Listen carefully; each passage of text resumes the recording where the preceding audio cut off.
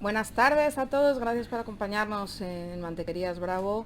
Hoy tenemos un encuentro muy especial, es una persona muy querida, muy apreciada en la tienda desde hace muchos años. Me acompaña José Moro, quizá es más familiar para vosotros como parte de Emilio Moro, de la bodega de Emilio Moro, Maleolus y vinos que sé que os fascinan. Ese proyecto que él ha encumbrado hasta lo que es hoy con mucho esfuerzo, trabajo y muchos años de dedicación ha llegado a su fin y ahora está entregado, dedicado a convertir en lo que han sido esos vinos Cepa 21, que es un proyecto diferente dentro de la Ribera del Duero. Para que sepáis más o menos quién es José Moro y por qué nos encanta que nos visite, una de sus frases favoritas que le ha convertido en mi mejor amigo y el de todas las personas a las que les encanta beber vino como a mí, pero que no sabemos mucho, es que el que disfruta el vino, al que le gusta el vino, entiende de vino, ¿no? Esto es Así es. porque probamos cosas y al final vamos aprendiendo un poquito. Bienvenido, José, un millón de gracias por acompañarnos de Nada, nuevo. gracias a ti, Elena. Yo creo que este es un maravilloso templo rodeado de reliquias, de auténticos vinos, de auténticos champanes, auténticos licores. Y la verdad que a uno le infunde respeto entrar Muchas a tu gracias. casa y sobre todo admiración que haya gente como tú que lo cuide y que lo mime con tanto cariño, ¿eh?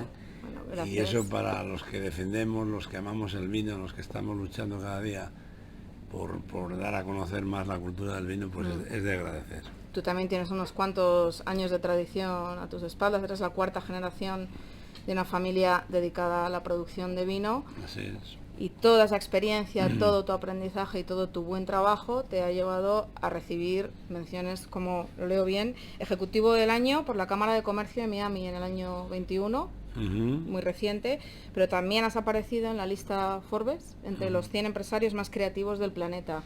Pocos españoles pueden decir que están en esa lista, así que te Bueno, felicito. yo creo que fui afortunado. Supongo que si me lo dieron es porque lo interpretaron que me lo merecía. Mm. Y todo obedece a ese hambre que he tenido siempre en torno a la innovación, el seguir conociendo cada vez más, porque el conocimiento es absolutamente necesario, sobre todo para tener menos intervención en algo, en un producto tan natural como es el vino. Yo creo que es fundamental conocer cada día más. Y pues eso me llevó a que, debido a los estudios que hicimos con bastantes empresas, tratando de digitalizar todo el proceso y no solamente tratar de hacer los vinos desde el punto de vista del conocimiento, de la pasión, sino también transformar o traducir esa pasión y ese conocimiento a datos a la hora de tomar decisiones. Eso es lo que quería yo. Pues bueno, me supuso que me reconocieran con ese premio en la revista Forbes, que para mí, pues como no puede ser de otra forma, fue motivo de muchísima alegría, ¿no? Bueno, y vamos a hablar de Cepa 21, que es una referencia que seguro que conocéis también muchos. Es un proyecto del año 2007, no es nada novedoso, en el que está trabajado también mucho y que tiene mucho de especial. Ya que te tenemos aquí y que ha habido tantas lluvias estos días que a veces complican las cosas en septiembre, aprovecho y te pregunto qué vendimia estás viviendo y qué esperamos en la Ribera del Duero de la cosecha de este año. Pues la verdad es que no hay una cosecha igual. Yo digo, desde que era niño, que hoy he estado toda la mañana además grabando para un programa para televisión y me preguntaban, ¿qué significa para ti la vendimia? Para mí la vendimia es motivo de alegría, de Hombre, satisfacción. Me recuerda y me lleva a mi niñez. Y me lleva a mi niñez porque no teníamos escuela y ese día nos dejamos sin escuela y íbamos a vendimiar con nuestros padres y nos juntábamos todos allí alrededor de una pota de patatas con setas o de un pollo guisado y pasábamos todo el día jugando y era muy divertido. Y luego estábamos además con las formas de hacer antes vino, de las formas tradicionales, pues 15 o 20 días haciendo el vino claro. como hombrecillos allí, dando a la prensa. Y me acuerdo que había una lumbre y metíamos unas patatas asadas y de vez en cuando, entre descanso y descanso, porque había que ayudar todos, pues nos comíamos las patatas. Hoy la vendimia ha cambiado mucho. Hoy la vendimia es bonita, es motivo de alegría, pero también es estresante, porque evidentemente nos estamos jugando mucho, nos estamos jugando que empecemos el proceso de elaboración de un vino que lo que pretende es dar satisfacción a la gente, allá donde sea, en cualquier parte del mundo. Entonces es muy importante que todo salga bien. Es cada 3 minutos mirando a ver qué pasa con el tiempo. Antes no podíamos mirar al tiempo, ni podíamos, digamos, estructurar nada, estructurar la vendimia, voy a vendimiar esto primero, luego lo otro. Hoy tenemos mucha información para determinar cómo tenemos que hacer la vendimia, pero aún así yo son épocas que no puedo hacer nada, ni puedo pensar en nada. Lo que no sé cómo he podido hacer, venir a hacer esta cata hoy, porque cuando estoy en vendimia tengo la mente metida en la vendimia. Pero en cualquier caso, y digo, no hay ninguna vendimia igual desde que yo era niño, y esta es muy particular y ha venido precedida además por esas olas de calor que ha habido este verano y esa poca lluvia. Eso ha hecho que las tierras frescas hayan aguantado, tierras sobre todo que tienen ese canto rodado, que tienen ese guijarro que filtra el agua perfectamente y que en las partes más profundas sobre todo tienen esas tierras arcillosas que hacen de presa para que se mantenga la humedad. Esas tierras han aguantado muy bien, y las tierras menos fértiles, sobre todo calizas, que dan otras características totalmente al vino, pues han pasado sequía y han pasado estrés, y eso nos va a hacer plantear que vayamos a tener que añadir riego al viñedo. Sobre todo el riego no es malo siempre y cuando le usemos bien, le usemos con moderación. Un año como este, con la sequía que ha habido, pues la verdad es que en general la uva ha quedado más delgadita, parecen endrinas más que uvas. ¿Qué va a pasar con esto? Bueno, yo creo que vamos a tener vinos más concentrados, vinos más potentes, vinos más longevos, vinos con mucha maduración además, y que le va a dar una personalidad muy especial a la cosecha 2022. Nosotros ahora mismo estamos descargando la uva, tenemos que saber interpretar lo que está pasando en la bodega y de acuerdo a eso tomar las decisiones para poner al consumidor pues una cosecha lo mejor posible, ¿no? Y como tal tendremos que, valga el símil, torear lo que venga. Hombre. Y yo creo que por las características, pues bueno, vamos a estar ante una gran cosecha. Una buena cosecha, eso está bien. Cepa 21 es un proyecto muy personal tuyo, así lo has defendido desde que nació. ¿Por qué es algo tan personal para ti? Bueno, el Cepa 21 nace en el año 2000, ¿no? Porque en Emilio Morot teníamos definidos todos los vinos, toda la gama Malleolus, los vinos de Pago, Valderramiro, Sancho Martín, cada uno con su personalidad, porque cada uno tenía su terreno, su terroir, y yo creía que todavía se podía hacer algo especial, algo diferenciador. Y además en los años en los que estábamos, en los años 2005-2006, que es que cuando se producía la primera evolución en la Ribera del Duero. Los primeros vinos que se hicieron en la Ribera del Duero en los años 80 eran vinos muy potentes, eran vinos muy concentrados, eran vinos que había que partir con cuchillo y tenedor, eran vinos que había que dejarles mucho tiempo en botella para que dieran la mejor expresión. Evidentemente, a finales de los 80, los 90, se hicieron vinos un poco más sutiles, más elegantes, pero yo creo que en eso la Ribera del Duero todavía era joven. No en vano, en los años 80 había 3.000 hectáreas en la Ribera del Duero, hoy hay 20 y pico mil hectáreas de viñedo, y había solo una zona determinada que era donde se hacían los auténticos Ribera del Duero, que era el Triángulo Balbuena, Peñafiel, Pesquera. Esos 3 pueblos era donde se hacía vino tinto, el resto de la ribera se hacía solamente vino rosado, ¿no? Entonces ha habido oscilación de formas de hacer el vino, de entender, de interpretar. Ha habido también cierta crisis con los viñedos que se pusieron en la Ribera del Duero, porque al principio los viticultores fuimos a los viveros y plantamos uvas que no daban la máxima calidad dentro del tempranillo. Pero bueno, todo esto afortunadamente se reguló. Y en ese impasse de tiempo, en el 2005, 2006, yo creo que todavía se podía hacer un vino diferente a todo lo que había en Emilio Moro, que eran vinos más cálidos, eran viñedos más de orientación sur, con un carácter, digamos, más conservador, más tradicional. Y yo quería hacer un vino donde la expresión frutal, sobre todo de la variedad tempranillo, tomara el máximo protagonismo en cada uno de esos vinos. Y que además saberlos adornar con un toque de madera francesa, muy fina, muy elegante, muy sutil, con unos tostados medios que le dieran pues empaque, ¿no? Pero sobre todo que la auténtica personalidad la tuviera el vino. Curiosamente, esos vinos que fueron los vinos que sacamos al principio han evolucionado. Han evolucionado porque hemos evolucionado las personas en el gusto, porque han evolucionado las viñas, que en el año 2005 tenía 1 metro de viñedo y ahora después de 20 años tienen 5 metros y sacan otra mineralidad totalmente diferente. Han evolucionado porque el gusto de consumidor ha evolucionado también. Y lo que estábamos acostumbrados antes a beber esos vinos de cuchillo y tenedor, ahora no, ahora somos más cómodos y demandamos vinos más sutiles, más elegantes, que nos hagan sonreír, que nos besen la boca, que nos den ternura, que nos den cariño. Y no queremos complicaciones, no queremos vinos que nos hagan fungir el ceño. Entonces, en toda esa evolución, el bodeguero pues tiene que poner toda su pasión en tratar de hacer un vino que le enamore a él y que le enamore al consumidor. Y yo creo que estamos en eso. Ha habido una evolución. Los primeros vinos tenían ese carácter más potente, más concentrado, más frutal, y esa frutalidad y esa potencia ha ido evolucionando a sutileza. Y ahora estamos ante vinos con una elegancia tremenda, ¿no?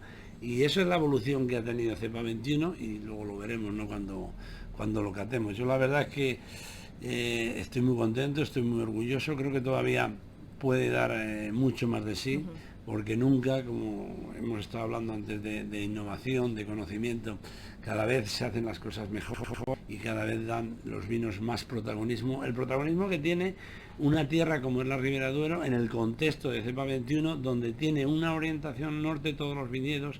Al tener una orientación norte, el ciclo vegetativo es más largo y las características que nos da esa fruta es diferente a lo que tiene una orientación sur. Y más con ese cambio climático que parece que está viniendo definitivamente y que hace que se esté acortando el ciclo vegetativo. Eso no es bueno, porque el ciclo vegetativo se tiene que cumplir enteramente para que todos los parámetros que tiene que tener la uva pues lleguen en su máximo nivel. Entonces, por eso, ahora mismo todos los viñedos que se están plantando en 1000 metros, bueno, primero deciros que la Ribera de Duero es un valle perfectamente definido, donde la altitud mínima son 750 metros. 750 metros, para que os hagáis una idea, es la altitud máxima de La Rioja, ¿vale? Luego aparecen las laderas, desde 750, 850, 900, normalmente con tierras calizas que proporcionan esa tanicidad, pero tanicidad fina cuando se está bien curado, y sobre todo finura y elegancia.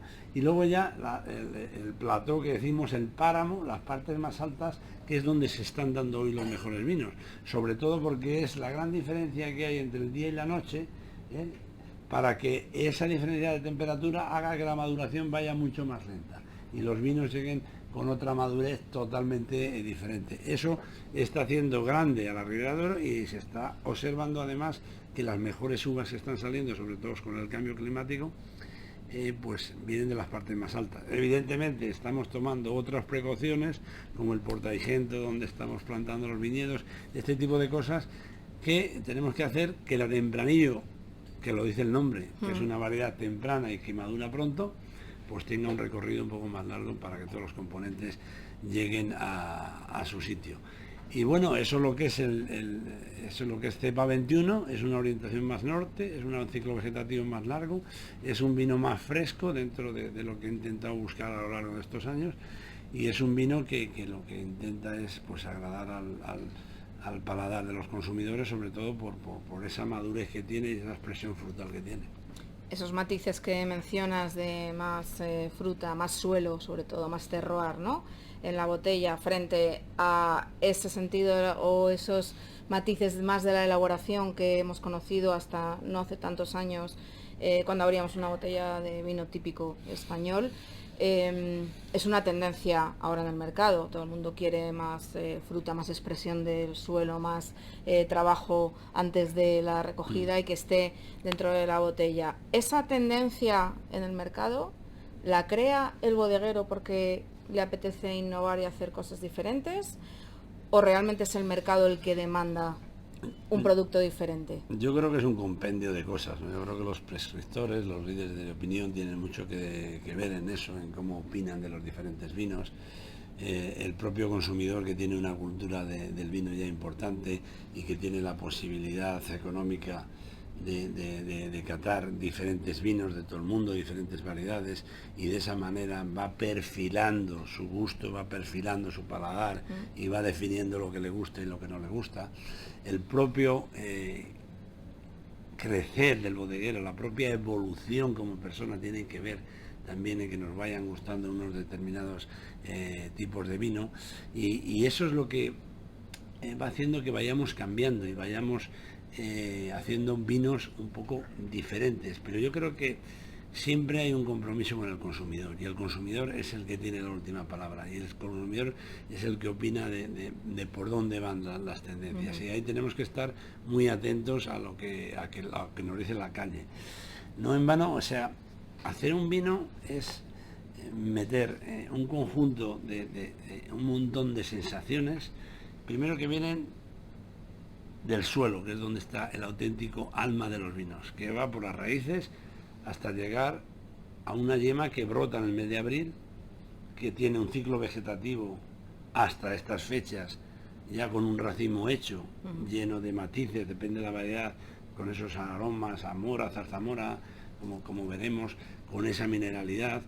Todo eso lo tenemos en el racimo, lo tenemos que llevar a un depósito, y en un depósito cuidar muy bien las fermentaciones, control de temperatura, para que esos aromas extraerles al máximo, ¿vale? Y además en esas fermentaciones van a ir apareciendo nuevos aromas.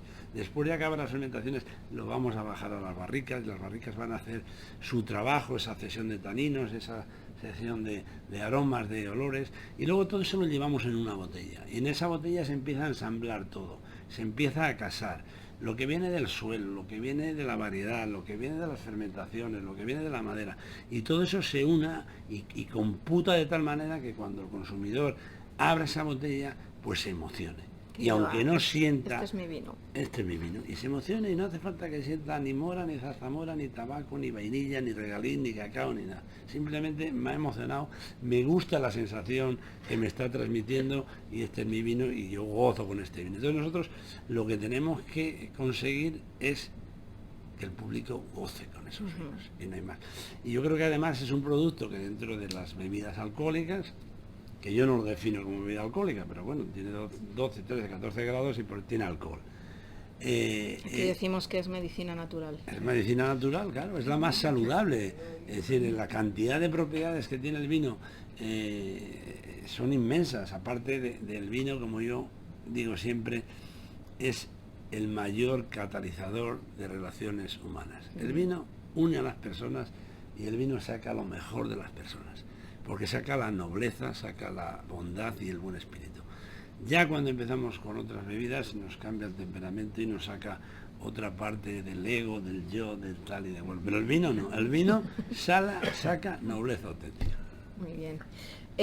A este año difícil de clima, y además del cambio climático, esta ausencia de lluvias y demás, hay que añadir una situación mundial complicada, en el que os habéis visto con menos materia prima de la que necesitabais, con un problema real de suministro de botellas, por ejemplo, y subida en el coste de producción en general. ¿Cómo afrontan las bodegas de la Ribera del Duero, que tú conoces, la tuya en particular, naturalmente, este tipo de dificultades? Pues no es fácil, no, es complicado. Que me gusta compartir, no solo en el mundo del vino, me gusta compartir con el mundo empresarial y enterarme de lo que vale, cómo está el tema en la calle. El otro día estaba hablando con un empresario que tiene una importante empresa, hace dulces y cosas de estas. Y yo el año pasado estaba pagando 400.000 euros de luz, y ahora estoy pagando 4 millones. ¿Cómo se repercute eso en los precios? Es muy difícil. Entonces tienes que hacer un compendio de cosas para ver cómo está situado en el mercado, para ver lo que puede subir, para ver cada cliente los problemas que tiene, quién puede, quién no puede, porque es que a mí me ha pasado. O sea, el año pasado intenta subir el IPC del vino, y algún restaurante que tal, que lo tiene por copas, dice, oye, te voy a subir el 5%, dice, ¿cómo? No, encima me lo vas a bajar un 3%.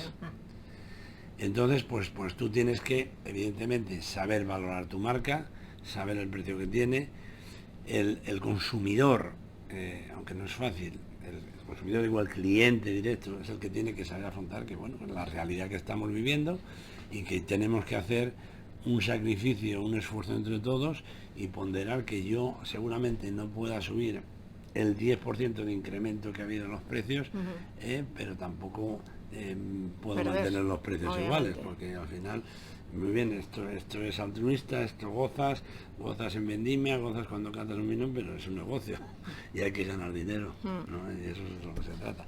Y hay que ponderar un poco y ver y tomar una decisión.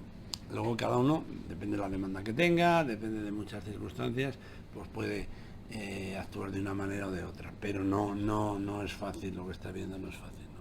Llegado a este punto en el que se va a producir una subida de precios también para el consumidor, obviamente, ¿crees que está el mercado o el mundo del vino, el consumidor final de vino preparado para esa subida de precios en vino español? Porque para pagar vinos franceses siempre estamos dispuestos a pagar lo máximo. Es que es lo que yo no entiendo, o sea, y yo lo preconizo y lo digo en todas las presentaciones que hago por todo el mundo. O sea, yo creo que el vino español es el mejor relación calidad-precio tiene, y lo digo porque lo siento, porque hay vinazos, hemos evolucionado mucho, hemos avanzado mucho. ¿Qué pasa? Que somos muy jóvenes, no en vano.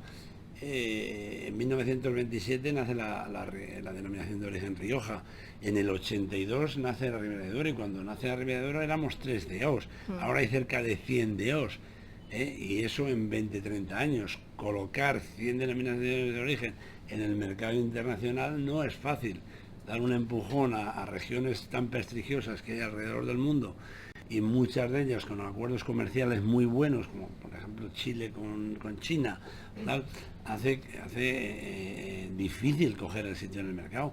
Pero yo creo que la calidad de los vinos españoles es muy importante, y bueno, hay que salir de casa llorado también, ¿eh? Sí, un poco. Hay que trabajar, hay que cogerse la botella bajo el brazo, hay que ir, como me voy ahora a Dominicana, me voy a Colombia, me voy a México, me voy a Estados Unidos, y año tras año tienes que estar ahí, porque el mercado te demanda, porque quiere conocer tus vinos, quiere verte a ti, y eso, pues evidentemente, los 200 años que lleven los franceses tienen mucha más incidencia en el mercado que los 33 que llevamos nosotros. Entonces nosotros tenemos que apretar el acelerador, tenemos que hacer buenas campañas de marketing, de comunicación, estar haciendo esto que estamos haciendo, y abrir muchas botellas y dar a conocer nuestra cultura y cómo entendemos nosotros la profundidad de nuestros vinos que vienen del interior.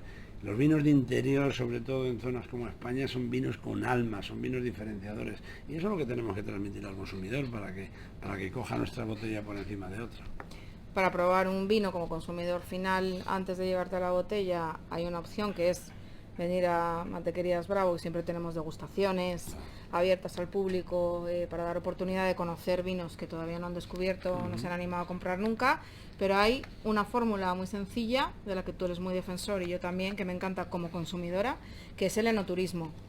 Tú que sabes mucho de eso y estás siempre con los brazos abiertos a recibir a cualquiera que quiera visitar tu bodega, me apetece que nos cuentes cómo es el proyecto de enoturismo en Cepa 21, que tiene uno y de mucha calidad, además. Bueno, yo creo que al final el enoturismo es abrir el corazón de las bodegas a la gente, y darle a conocer a la gente todas las interioridades que hay alrededor de un proceso de elaboración del vino. Cuando tú entiendes absolutamente todo eso, cuando pisas la tierra, cuando ves los diferentes tipos de suelo, cuando ves las fermentaciones ahora en vendimias, hueles una barrica, le explicas cómo se fabrica una barrica, el tiempo que dura, que luego lo tienes que vender, en fin, todo el proceso de elaboración, yo creo que lo que estás haciendo es enamorando al consumidor. Si encima de enamorar al consumidor, conociendo más de la cultura del vino, pues le puedes dotar además de otras actividades como puede ser la más importante para mí, la gastronómica, el disfrutar de los placeres que da esta tierra, me da igual, además en cada parte, en cada una de las 17 comunidades autónomas que hay en España, porque cada una tiene su idiosincrasia y su cultura gastronómica. La nuestra es muy particular, con productos muy buenos, y gozar y maridar esos productos con el vino es algo maravilloso.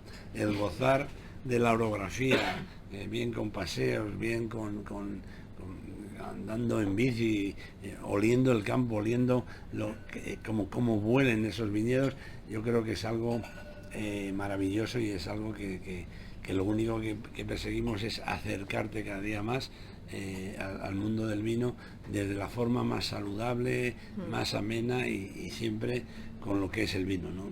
Lo que digo, el mayor catalizador. Con un restaurante que hay que conocer además. Además, en Cepa Después 21 de la visita tenemos un maravilloso restaurante con un corte de comida, digamos, elaborada, pero procedente de lo que es lo natural de la tierra, y yo creo que merece la pena conocer esa gastronomía y disfrutarla a tope. Bueno, vamos a conocer mejor tus vinos de Cepa 21, si te parece. Empezamos por Hito y te dejo solo en el ruedo con ello. Me da pena que me dejes solo, ¿eh? No, estoy aquí cerquita. Os recuerdo que podéis preguntar lo que os apetezca y está dispuesto a contestar seguro, encantado, ¿vale? Disfrutad mucho. Pues muchas gracias, Elena. Bueno, pues Hito lleva el nombre de nuestro vino joven, y el Hito, como bien reza la etiqueta, son unas piedras, ¿vale? Un mojón que lo que hace es separar unas parcelas de otras. Es un nombre muy español, aparte, bueno, puede tener otro significado. Un hito es un logro, pero en este caso lo que implica es eso. ¿Qué estamos buscando aquí? Estamos buscando lo que es el protagonismo, la personalidad de la Tempranillo en su expresión más joven, ¿no? Por eso es lo que vamos a encontrar. Todos los vinos van a tener un color importante, evidentemente según vayamos creciendo vamos a encontrar más color, pero es un color muy bonito, ¿no? Ese rojo rubí que tiene con un anillo, pero muy poco azul, porque son vinos que aguantan mucho el tiempo en botella y la oxidación. En la nariz, yo digo que bonito cuando un vino huele a vino, es muy bonito. Algo sencillo, ¿no? Un vino que tiene que oler a vino, pero es que huele a vino. Y esa maravilla se traduce en la medida que vamos ahondando, ¿no?, en esas frutas, pero en un contexto más de fruta roja, no de fruta tan madura, como puede ser la mora, ¿no?, esa zarzamora que son típicas de la Tempranillo. Y en este caso es un vino fresco, es un vino alegre, es un vino chicharachero, es un vino que te anima a beber, es un vino joven, es un vino para chateo, ¿no? En este caso tiene 8 meses de barrica francesa de tercer año, que le dan sutilmente un toquecito para adornarle, para darle calidez, pero sin duda el mayor protagonista como vino joven es la fruta en este caso, ¿vale?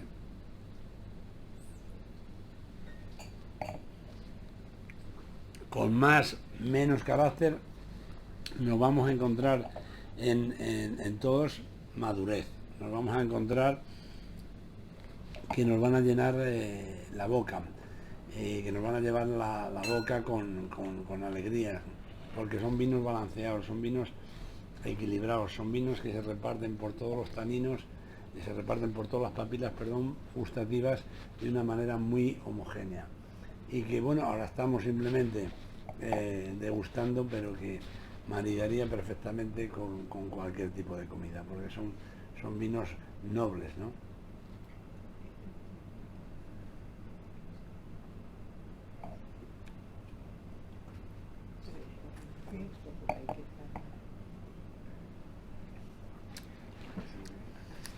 Dentro de lo que son el contexto de los vinos jóvenes de Ribera de Oro, digamos que sería un vino joven en la parte alta, y sobre todo porque tiene 8 meses de barrica de roble francés de tercer año que le adorna muy bien a las características que tiene esa uva, ¿vale? Sin embargo, sí mantiene muchísimo esa frescura que... Total, es fundamental, muy equilibrado, muy buena acidez, todo muy bien compaginado, con una fruta no excesivamente madura, ¿Para qué? Para que tengas alegría, para que esté chispeante, porque aunque a pesar de ser un vino cálido, pero que tenga la vitalidad de un chico joven que viene y va a saludar al abuelo y le besa y se tira a los brazos de él. Tiene que sentir esa sensación de vida, de vitalidad, y lo tiene todo muy bien puesto. Yo creo que hemos pasado de asociar platos muy pesados a vinos muy potentes también y muy pesados, a todo lo contrario,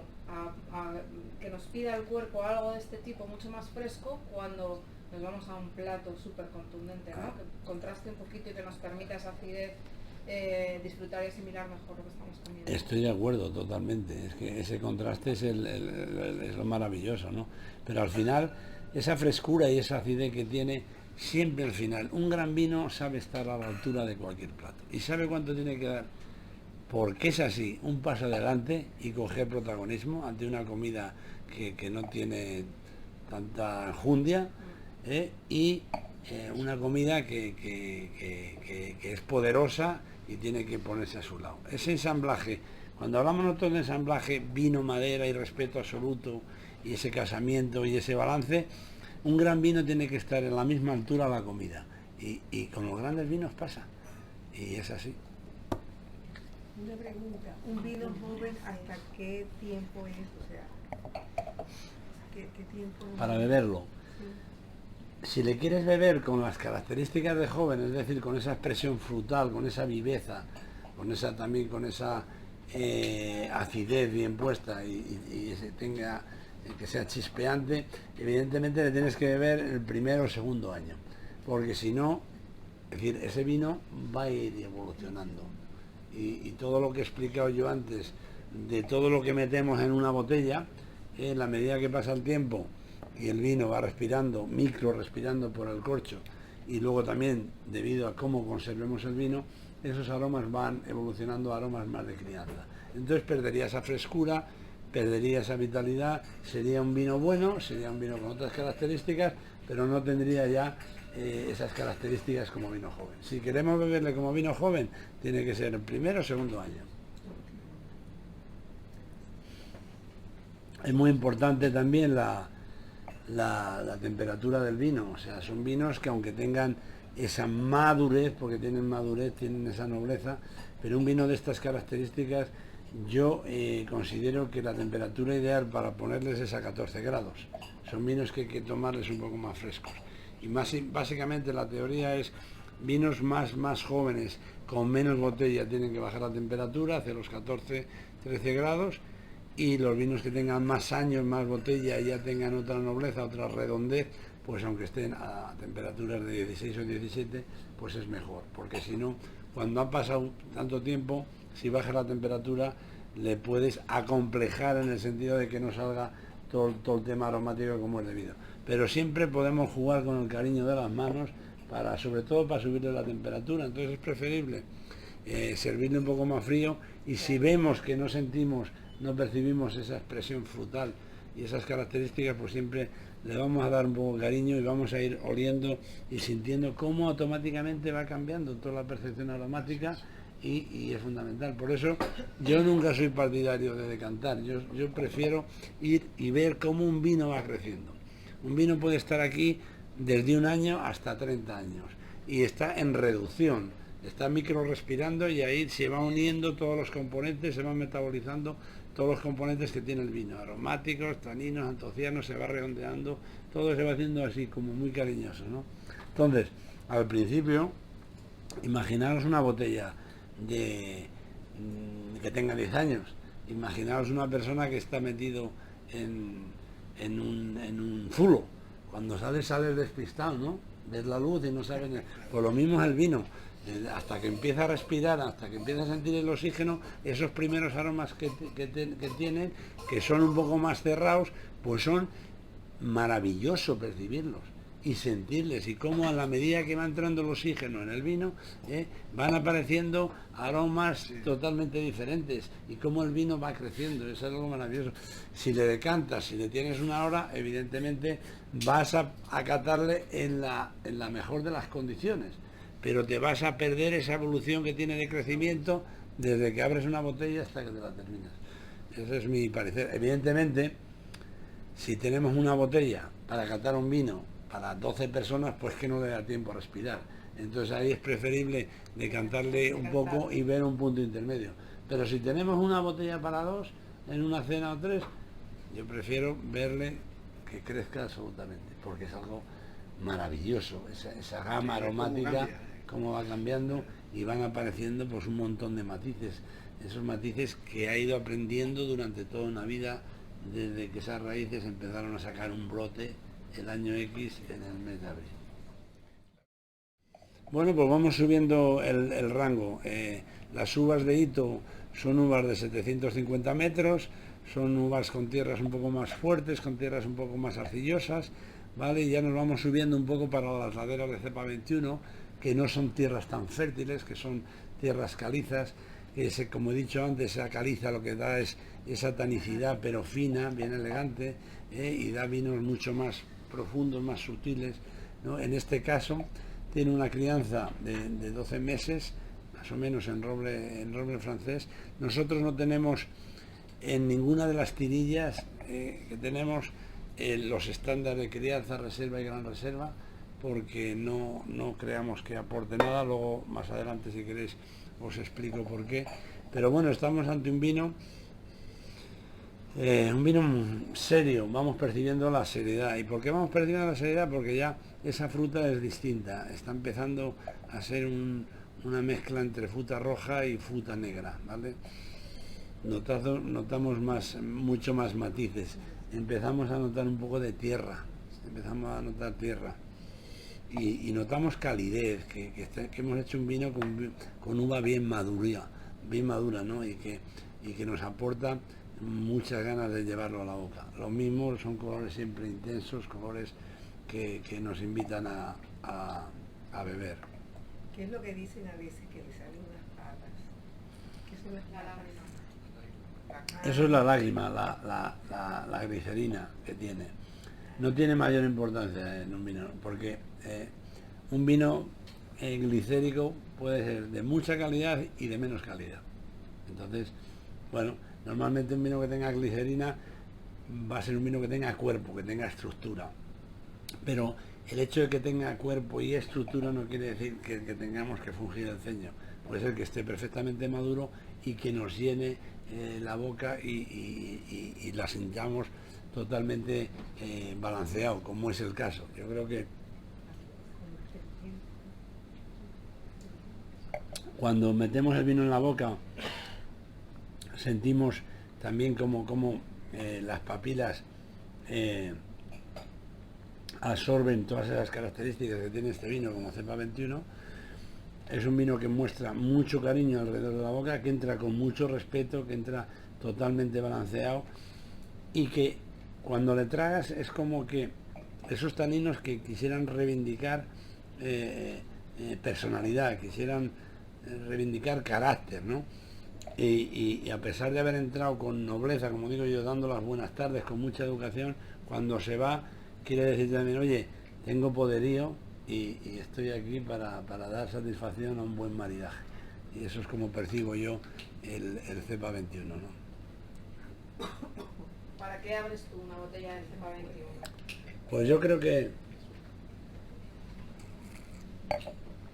cualquiera de estos vinos, a mí siempre me gustan más los vinos después de la cena que durante la cena, o después de la comida durante la comida, porque es cuando más me ayudan y cuando más sensaciones percibo.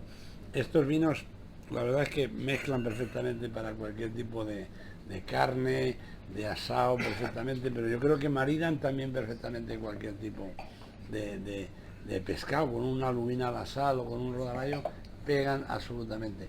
Porque igual que hoy los blancos se están haciendo con esa frescura, con esa acidez y esas crianzas sobre lías que se están haciendo, hace que esos vinos cojan más volumen, más grasa, más untuosidad, pues yo creo que estos tintos tienen una madurez lo suficientemente importante para que no molesten ante un tipo de comida un poco más débil. Y cualquiera de estos vinos, para mí, para hablar de tú a tú con él, es maravilloso.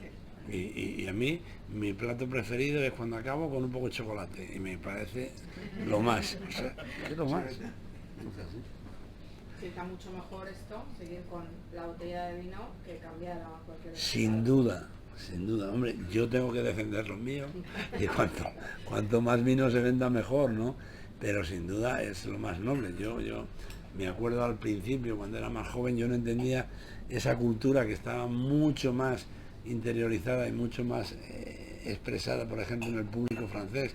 Yo no entendía cómo una persona podía cenar, tomarse un café y luego seguir con el vino. No lo entendía, porque aquí en España estamos acostumbrados a tomarnos el whisky, el cubata, el no sé qué, no sé cuál.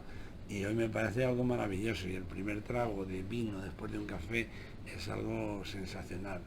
Y las sensaciones que te van dejando cuando te quedas con él de tú a tú, me da igual haciendo balance del día, que hablando con tu pareja, que soñando con lo que vas a hacer mañana, siempre es algo maravilloso. Lleva el nombre de una parcela que se llama Malabrigo, y Malabrigo es una confluencia sobre todo de frío, de aires del norte que vienen por todos los sitios.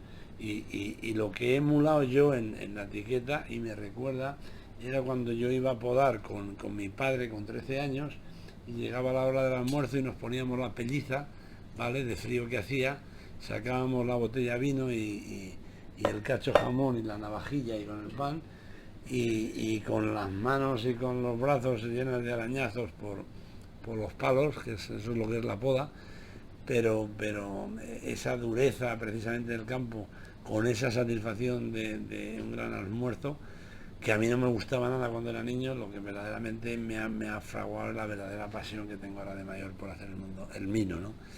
Y desde muy pequeñito, que me metía mi padre en las cubas para limpiar las cubas con un velillo y un cepillo, porque la boca era muy pequeña, solo entraba un niño pequeño, entonces nos metían en las cubas para lavarlas, ¿no? A mí no me gustaba nada, prefería estar jugando, pero esas cosas las agradezco hoy muchísimo, porque valoras mucho más todo eso, toda la evolución que ha habido hasta llegar aquí, ¿no? A que venga gente de cualquier parte del mundo a escuchar lo que es la grandeza que tiene el vino, y lo de pasional, lo de sentimental, lo de espiritual que tiene. Entonces, eso es lo que es, y eso es lo que es Malabrigo. Yo creo que es la pura expresión de un gran vino de la Ribera Duero, es el prototipo de vino como puede ser un Malleolus, con otras características diferentes. Digamos que el Malabrigo es esa orientación más norte, es ese ciclo vegetativo más largo, es un poco más de seriedad, un poco más de compota aromáticamente, y eso es lo que se pretende buscar cada año, independientemente de la cosecha. Está con las uvas que vienen ya de las laderas y parte del páramo, con unos parámetros más altos a la hora de seleccionar ese tipo de uva, y vemos que es un vino mucho más complejo en la nariz, ¿no? Que aparecen ya evidentemente una fruta más compotada. A mí me huele un poco a tierra mojada, me huele a cuando llueve, ¿no? Que es una expresión de la mineralidad del alma que tienen los vinos. Luego hay muchos matices, hay pequeños tostaditos de la madera, pero muy finos, muy bien puestos, que acompañan muy bien a la fruta, y en su conjunto es un vino también complejo, y es un vino muy cálido, ¿no? Vemos, lo metemos en la boca y vemos contundencia, vemos poderío, vemos personalidad, vemos carácter, ¿no? Hemos notado más complejidad en la nariz. Vemos un vino con una estructura importante, que evidentemente nos llena todas las papilas de una manera homogénea, y no pierde la franqueza en la medida que tenemos el vino en la boca. Está perfectamente y constantemente reivindicando ese poderío que tiene el vino. Apto para otro tipo de maridajes, de comidas, con comidas más potentes nos va a ayudar más este vino. Pero insisto, es una delicia incluso para tomársele solo. Horcajo, el nombre es la confluencia de las laderas que van a dar al páramo. Son dos laderas especiales, ¿vale? También tierras muy poco fértiles, con racimos muy pequeñitos, no racimos muy apiñados, y con una selección de uva súper especial. En este caso estamos hablando de 18 meses de barrica de roble francés, también de tostado medio, barrica nueva y 3 tipos de barrica totalmente diferentes que respetan absolutamente el vino. Si hay algo fundamental para mí en cualquier vino, desde el joven hasta el más alto, es que el protagonismo le tiene que tener la fruta, el protagonismo le tiene que tener la uva y de dónde viene, y la tierra tiene que mostrar su personalidad, y en este vino tiene que aparecer la personalidad sobre todo de esas calizas que dan esa finura y esa elegancia, pero sobre todo un casamiento perfecto. Cuando un vino le hemos dado más madera de la cuenta y nos aparece más madera de la cuenta, nos hemos equivocado, hemos fracasado, porque el verdadero protagonista siempre tiene que ser la uva. Y en cierta manera la barrica es como el marco de ese cuadro, de esa pintura maravillosa que adorna ese cuadro, pero el protagonista es la pintura. Pues igual que en el vino, la uva es la que marca absolutamente todo. Le tiene que engrandecer, es un lazo perfecto, es un vehículo perfecto, pero tiene que tener su personalidad. Vemos mucha más complejidad, vemos ya temas compotados, vemos fruta negra, vemos que estamos ante un vino importante, un vino serio, con raza, con carácter, con personalidad, lleno de matices, y matices con un grado de elegancia sublime, vamos. Ya empiezan a aparecer también esos toques de madera, que tienen un poco más de madera, pero muy bien ensamblada con la fruta.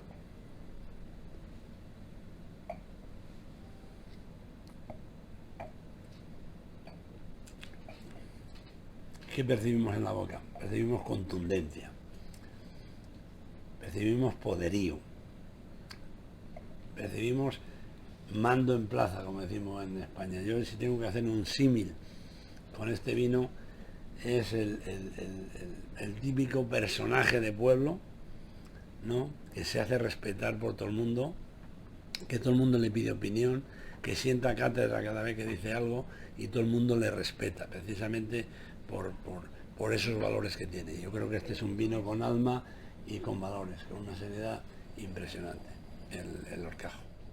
En el caso de Malabrigo y de Horcajo, ¿podemos esperar un poquito y sacarle más rendimiento al vino? ¿O una vez que ha salido al mercado está perfecto para disfrutarlo? Está perfecto para disfrutarlo, porque para mí es una obsesión que un vino salga con la maduración y con la redondez suficiente como para que no moleste a ningún consumidor, por decirlo de alguna manera, pero al principio va a tener una expresión frutal más potente y luego, como tú bien sabes, va a ir creciendo, y esa gama aromática pues va a darnos muchos matices, diferentes matices, que nos van a hacer gozar. Son vinos con unos parámetros tan bien consolidados como para crecer en botella durante muchísimos años. Y entonces, un vino de estos con 20 años, pues se merece que se toque el himno nacional antes de abrir la botella. En cualquier lugar del mundo, en cualquier lugar del mundo. Fenomenal. En cualquier lugar del mundo. Bueno, espero que hayáis disfrutado. Nosotros vamos a seguir acabando el poquito que quede en la botella contigo, compartiendo otras cosas. Te agradezco muchísimo tu tiempo, sobre todo en estos días que son tan complicados de vendimia. Y quiero acabar pidiéndoos que vayáis a visitar Cepa 21, porque es una boda muy especial y os van a recibir con los brazos abiertos y con un lema que no he visto en ninguna otra bodega, que es: queremos contagiar felicidad a la gente. Y con este lema no hay nada más que decir. Una copa de vino y felicidad, yo creo que son sinónimas, ¿no? El objetivo está muy claro, las ideas las tenemos muy claras, la pasión nos emerge por todos los sitios.